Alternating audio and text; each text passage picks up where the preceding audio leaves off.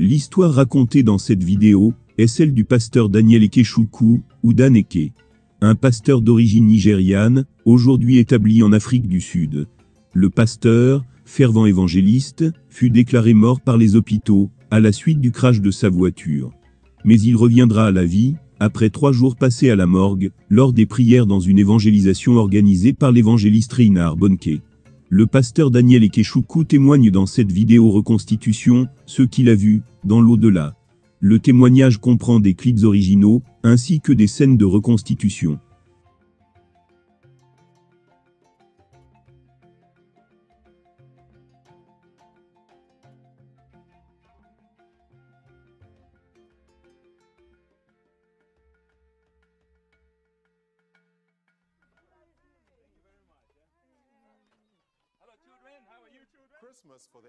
La période de Noël a toujours été pour la famille Ekechukwu une période de célébration. La célébration de la naissance du Christ, ainsi que de l'amour des amis et de la famille.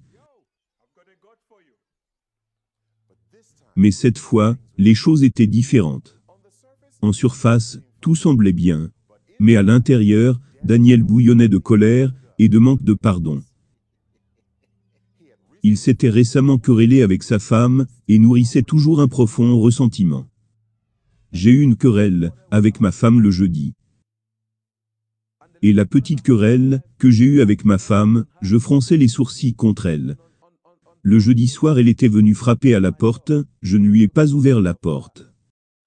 Puis le vendredi matin, elle est venue frapper à la porte. Non, plutôt le vendredi matin, quand elle s'est réveillée et que je suis sorti, elle a dit bonjour darling. Je n'ai pas accepté, je n'ai pas répondu. Je ne lui ai pas parlé. Je continuais à garder le silence, et je suis parti ce vendredi matin. Elle m'avait offensé. La colère de Daniel l'avait tellement aveuglé, qu'il n'a même pas vu son fils ce jour-là. Elle avait fait quelque chose pas bien, et j'étais en colère contre elle, j'étais énervé. Daniel avait les pensées distraites ce jour-là, presque comme si son esprit était quelque part d'autre. Alors que le soleil commençait à se coucher, Daniel a commencé à accélérer, voulant arriver à la maison. Il était encore très en colère.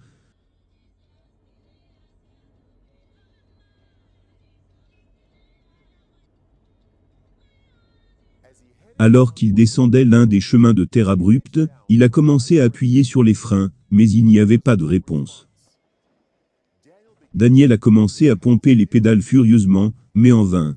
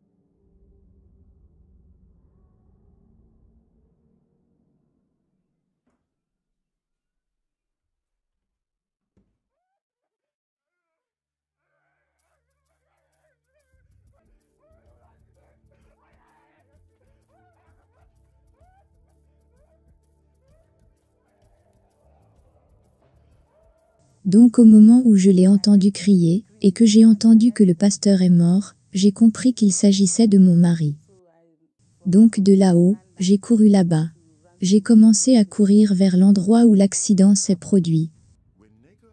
Lorsque Neka est arrivée sur les lieux de l'accident, elle apprend que Daniel était encore en vie, mais dans un état très grave.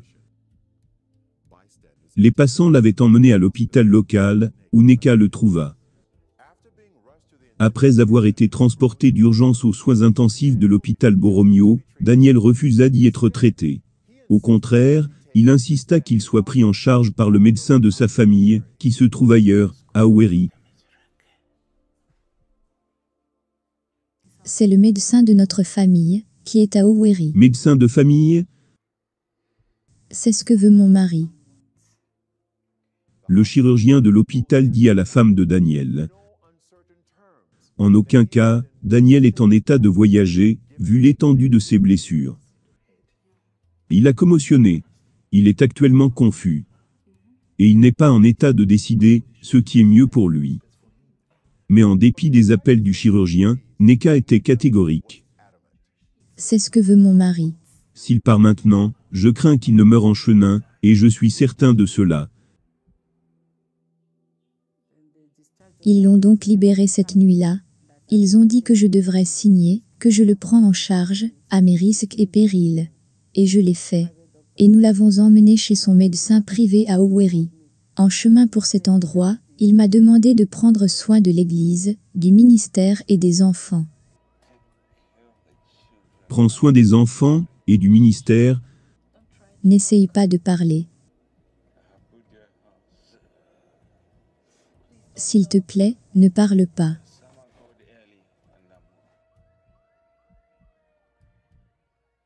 Dans l'ambulance qui m'a pris, ainsi que ma femme de l'hôpital, nous allions à grande vitesse en urgence, dans un meilleur hôpital. Soudain, j'ai eu le sentiment de lever les yeux. J'ai vu 2 anges.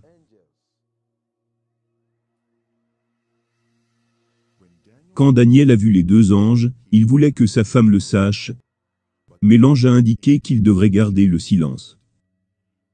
Immédiatement, le pouvoir de parler fut retiré de Daniel. Neka a commencé à pleurer, craignant que Daniel ne meure. Les anges ont pris Daniel par les épaules et l'ont sorti de l'ambulance.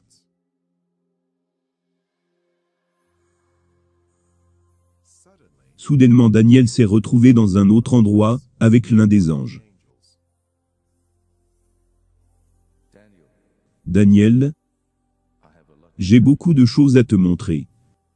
Alors qu'il regarde autour, Daniel vit une place où une multitude de personnes étaient rassemblées, et leur apparence était comme celle des anges. Leur couleur était d'un blanc pur, et leur corps brillait avec une radiance.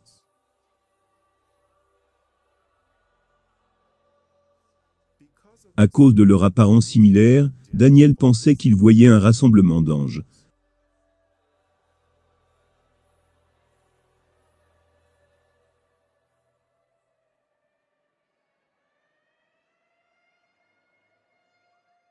Pendant ce temps, l'ambulance arriva à la clinique Saint-Eunice, à Owerri.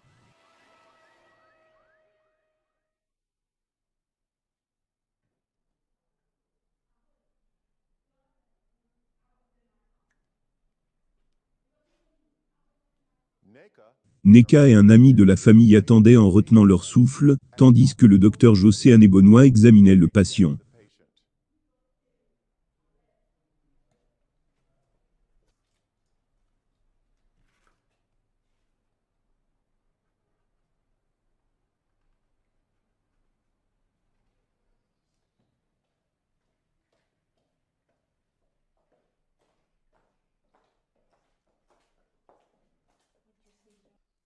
Où est Neka? Je suis désolé, je suis désolé. Je ne pouvais pas faire grande chose. Je suis désolé. Voici le certificat de décès, donne-le à la mutation. Ils s'occuperont du reste. Je suis désolé.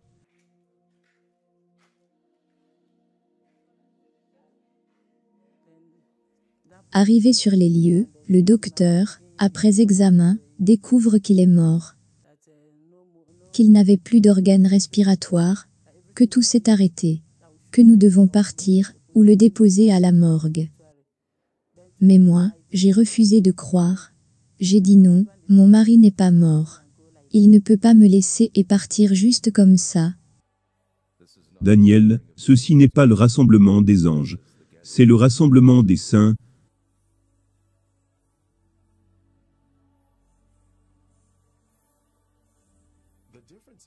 Les différences entre les saints et les anges étaient subtiles.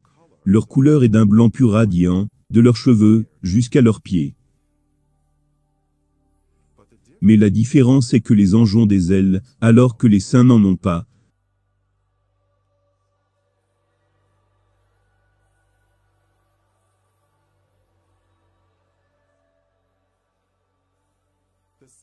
Les saints adoraient Dieu. Ils adoraient Dieu d'une seule voix, et levaient les mains tandis qu'ils chantaient.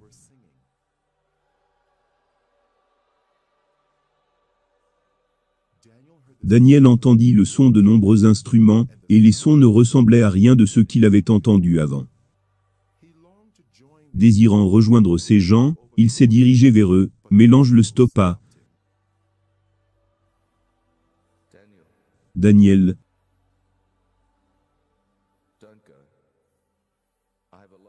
j'ai beaucoup de choses à te montrer. Prends cette farde et prends note de tout ce que tu verras.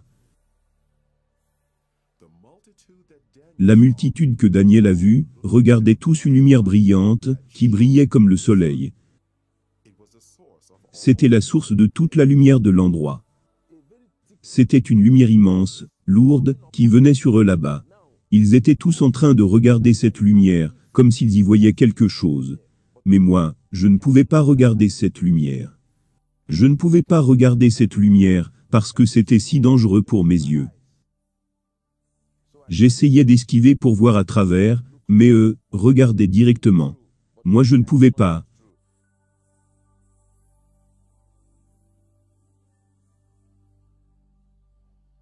Le corps de Daniel fut déposé à la morgue, où Burlington Manu, l'agent des pompes funèbres locales, organisa la sépulture.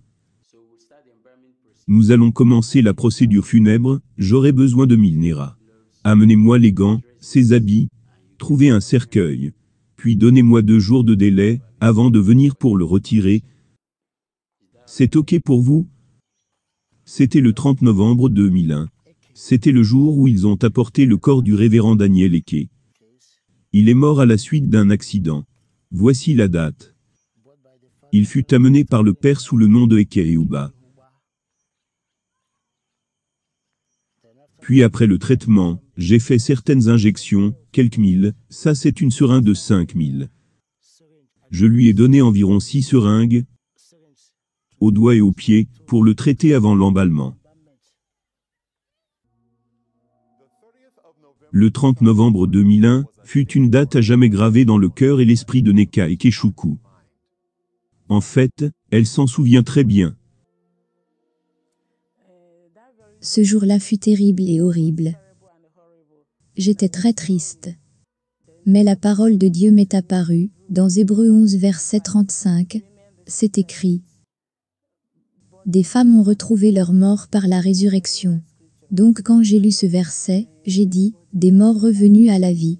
Des morts, j'ai commencé à méditer sur cette parole de Dieu. J'ai dit les morts, mais mon mari est l'un des morts, qui doit revenir à la vie. Je dois l'emmener à la croisade de Bonnke, afin qu'il revienne à la vie.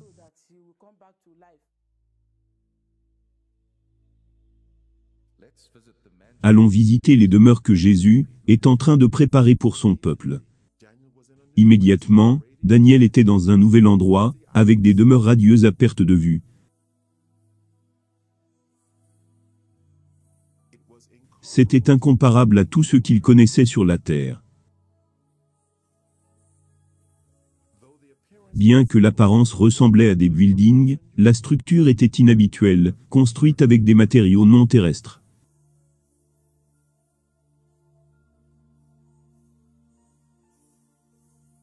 Il semble être vivant et en mouvement.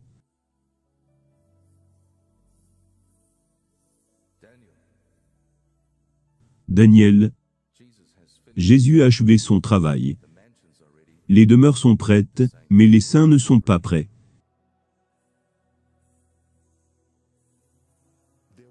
Il y avait un son de chant magnifique et d'adoration, et cela semblait venir de tout autour.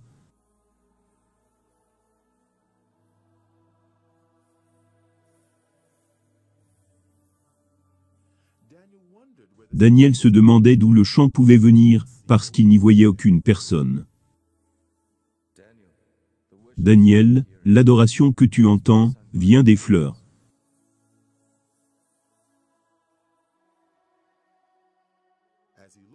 Alors qu'il regardait, Daniel a vu les fleurs se balancer, en réponse à la musique. Il semblait en fait qu'ils battaient des mains, en criant et louant Dieu.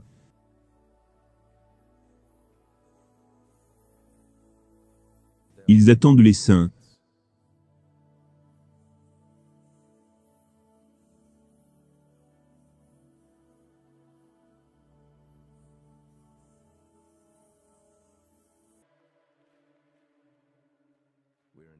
Nous allons maintenant visiter l'enfer.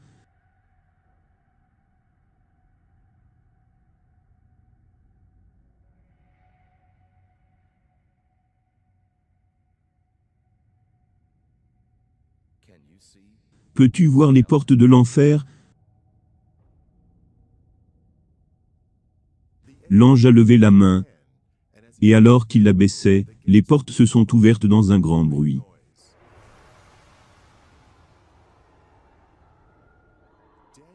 Daniel pouvait entendre les pleurs et les lamentations de beaucoup de personnes, mais il ne pouvait voir aucun d'entre eux.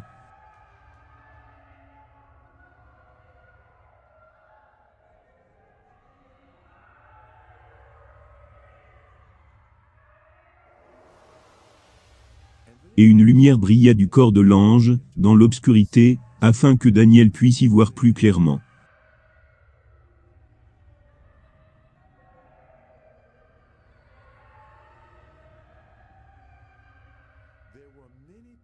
Il y avait beaucoup de gens là-bas, mais contrairement aux âmes au ciel, l'apparence de ces gens était comme s'ils venaient de la terre. Ils étaient de toutes les races, cultures et nationalités. Chaque personne semblait être piégée dans son propre tourment personnel, un tourment qui durera pour l'éternité. Et ils ne pouvaient pas communiquer les uns avec les autres. Les sons, les pleurs, les gémissements étaient presque assourdissants.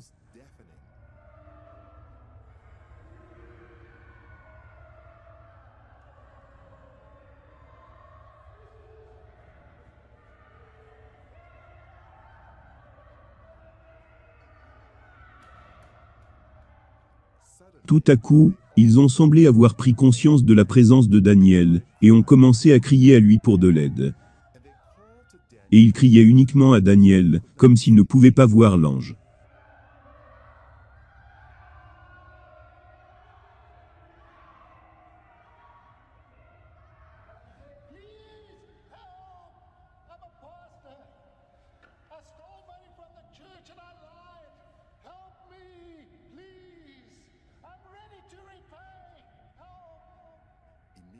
Immédiatement après que le pasteur ait fait la déclaration, la force qui le tourmentait a semblé augmenter.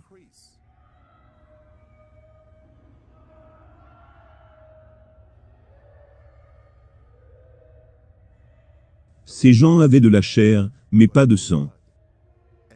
Et ils semblaient presque tous être dans le feu, mais aucune flamme ne pouvait être vue.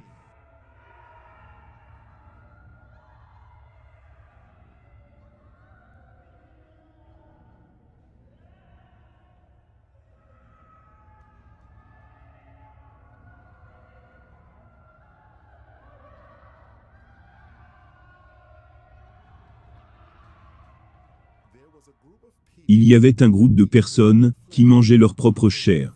Ils vomissaient ce qu'ils mangeaient, et leur chair repoussait. Cela était dans un cycle sans fin, de tourments.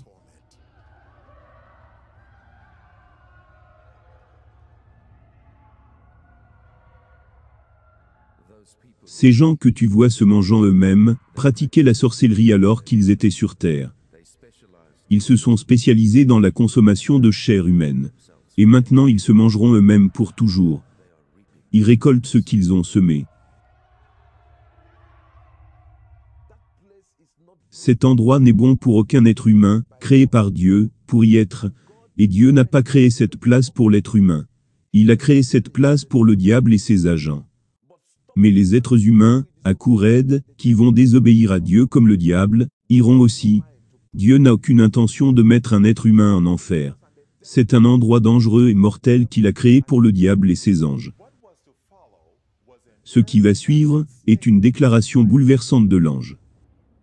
Daniel n'aurait pas pu imaginer, dans ses rêves les plus fous, qu'il entendrait le jugement. Daniel, si le livre de ta vie devait être fermé aujourd'hui, cela allait être ta rétribution. Non. Je suis un pasteur. Je suis un enfant de Dieu. Je suis né de nouveau. Je prêche partout dans le pays. Ce n'est pas possible. Assez. Daniel, quand tu étais en route pour le premier hôpital, tu as demandé à Dieu de te pardonner. Mais tu ne pardonnais pas à ta femme, et donc tes péchés n'ont pas été pardonnés. Il s'agit de récolter ce que tu as semé. Tu ne peux pas semer le manque de pardon à ta femme, et récolter le pardon de Dieu.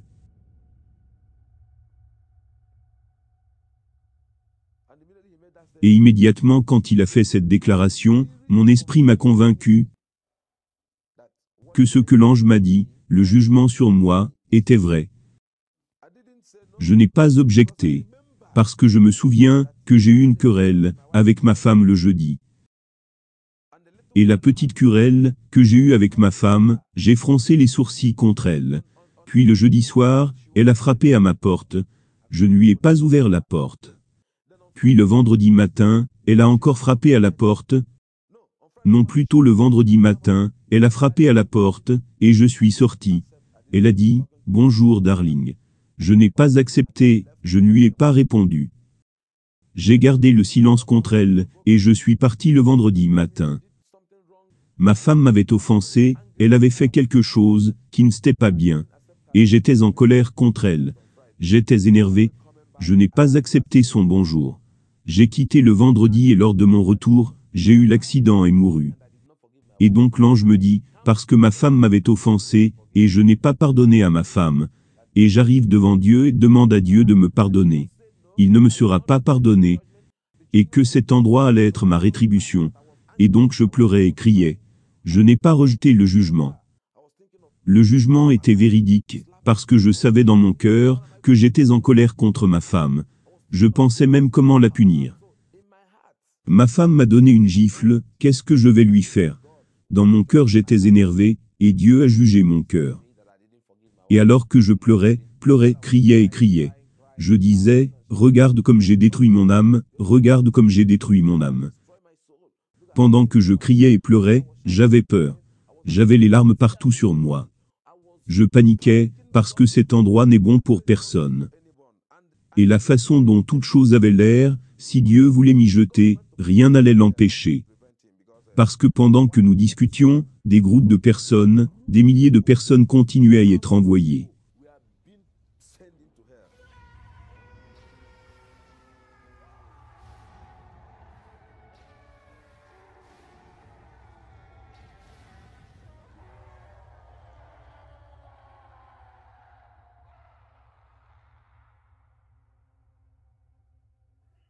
Et moi j'avais conclu dans mon cœur que je devrais faire quelque chose pour que mon mari revienne. Je croyais qu'il allait revenir à la vie. Si je dois engager ma foi pour que quelque chose en sorte.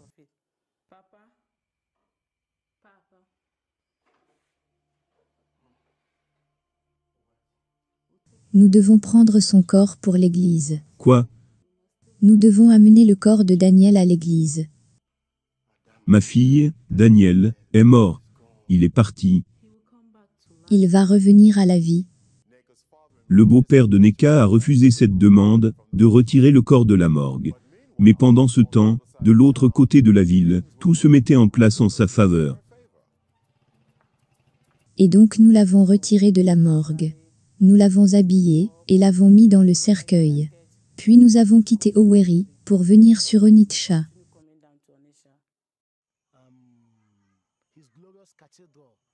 C'était à Glorious Cathedral, Grace of God Mission, dans Anambra, sur rue Imo, où le révérend Bonnke y tenait une croisade. Elle m'a dit qu'elle allait envoyer le corps à la croisade pour que le révérend prie pour lui, pour qu'il revienne à la vie.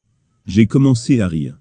J'ai dit, ce corps-ci, ok, paye le reste de la facture. Puis nous avons habillé le corps. Quand j'ai fini, j'ai appelé mon assistant pour me joindre. Elle avait loué une ambulance. Elle est allée acheter un cercueil blanc pour l'y mettre. J'ai dit, ok, je vais venir avec 2 personnes, je veux être témoin. Quand nous sommes arrivés là, avec notre sirène, il y avait de la tension partout. La sécurité, des personnes sont venues. À la fois, la sécurité de l'Église, celle du gouvernement local, celle du gouvernement fédéral, même la sécurité qui était avec Bonnke. Ils pensaient que nous étions des personnes avec des mauvais desseins, venus pour tuer révérend Bonnke. Ils me poussaient de tous les côtés, moi aussi je résistais et les poussais. Ils m'ont appelé de tous les noms. Je leur disais que ce mort était aussi un pasteur, que c'est un serviteur de Dieu, seulement qu'il a eu un accident, et qu'il est mort. Qu'il devrait nous permettre de rentrer dans l'auditoire, pour que Bonnke prie pour lui. Alors que je priais dans une réunion, dans la ville de Onitsha. Au Nigeria, pendant que je prêchais, ils ont amené un cercueil pendant le service. Les anciens de l'église n'ont pas permis que le cercueil soit amené dans l'auditoire principal, où la réunion avait cours, où je prêchais, mais qu'ils devaient déposer le cercueil dans le sous-sol de cette église. Le jeune homme est mort à la suite d'un accident. Il était pendant 3 jours à la morgue. La pompe funèbre l'avait embaumé. Il était prêt pour les funérailles. Mais la femme a dit, « J'ai vu une affiche, que Reinhard Bonnke est dans la ville. Que si seulement, je peux amener le corps mort de mon mari, proche de l'endroit où il se trouve, je crois que le Seigneur le ramènera à la vie. » Les services de sécurité ont refusé qu'ils entrent dans le parvis de l'église, pensant qu'ils avaient une bombe cachée dans le cercueil.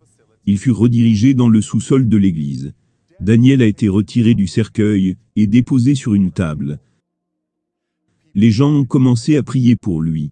Priaient pour qu'il revienne à la vie. Puis l'ange m'a dit, « Nous allons te renvoyer sur la terre, pour aller avertir cette génération, parce que ce sera le dernier avertissement pour cette génération. »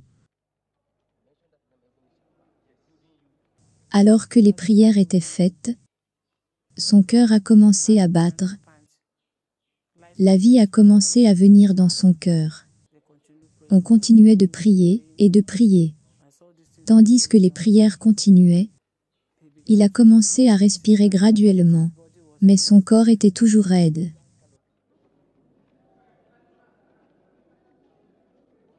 Je me suis vu moi-même être retenu par beaucoup de gens. J'étais à demi nu, j'avais mon pantalon. Ils ont enlevé tous mes habits. J'ai vu une foule de personnes, plus de 20 000 personnes. Je regarde à ma gauche, droite, partout, les gens criaient, pleuraient, partout. Certains louaient Dieu, d'autres criaient. Je regardais autour de moi, je ne pouvais pas comprendre ce qui se passait. Parce que pour moi, j'étais en train de tomber, et je suis tombé sur les pieds. Et quand j'ai ouvert les yeux, je voyais toutes les mains qui me touchaient. Ils m'ont dit que j'avais sursauté.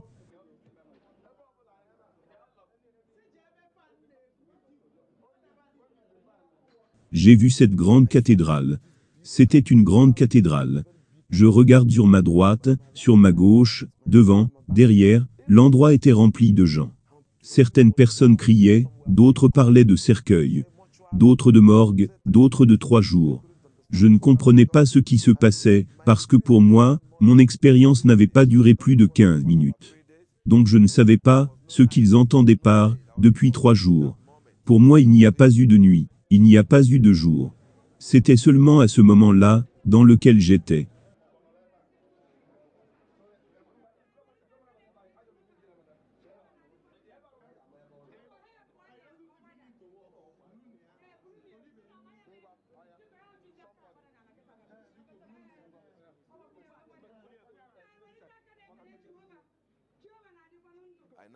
J'ai donc demandé à ma femme, « S'il te plaît, que se passe-t-il » Elle m'a dit de garder le silence, jusqu'à ce que nous rentrions à la maison. Ils m'ont ramené chez moi avec ma femme. Alors que nous étions dans la chambre, c'était le 2 décembre, j'ai demandé à ma femme, que se passe-t-il? Pourquoi j'entends, cercueil, 3 jours, morgue, que se passe-t-il? Puis ma femme commence à regarder sur mon corps, où il m'avait injecté les produits chimiques. Et elle a dit, tu étais à la morgue pendant 3 jours. Voici le certificat de décès. Quand j'ai quitté l'ambulance pour l'hôpital, le médecin a confirmé que j'étais mort après avoir utilisé leur équipement pour vérifier mon décès. Vous pouvez voir.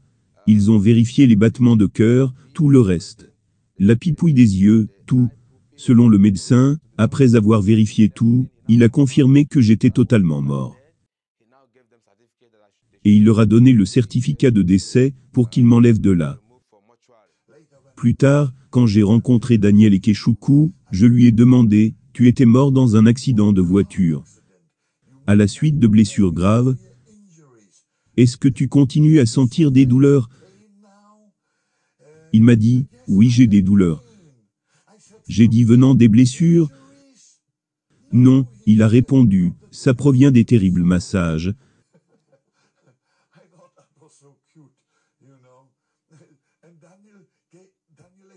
Daniel Ekeshuku m'a donné son certificat de décès comme cadeau.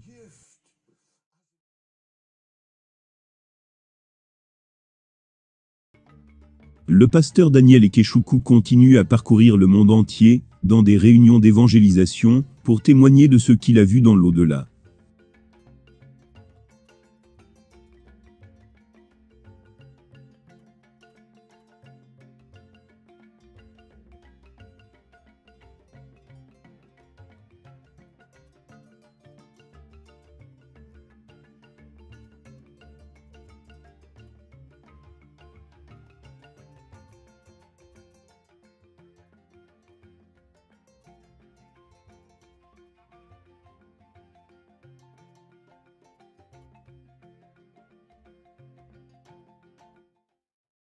Chers amis, merci pour le temps passé sur cette vidéo. Nous espérons qu'elle vous a béni. Si vous désirez avoir une relation personnelle avec Dieu, à travers la personne du Seigneur Jésus-Christ, vous pouvez simplement faire la prière suivante, du plus profond de votre cœur. Dites, audiblement, Seigneur Jésus-Christ, je reconnais que je suis une personne qui a péché contre Dieu. Je reconnais que c'est par amour, que tu es mort à ma place, à la croix du calvaire, pour me sauver. Pardonne tous mes péchés. Viens dans mon cœur, et réconcilie-moi avec Dieu. Je t'accepte aujourd'hui, comme mon sauveur personnel et mon Seigneur. Amen. Si vous avez sincèrement fait cette prière, nous croyons que le Seigneur Jésus-Christ viendra à vous, et vous guidera. Dieu vous bénisse. Amen.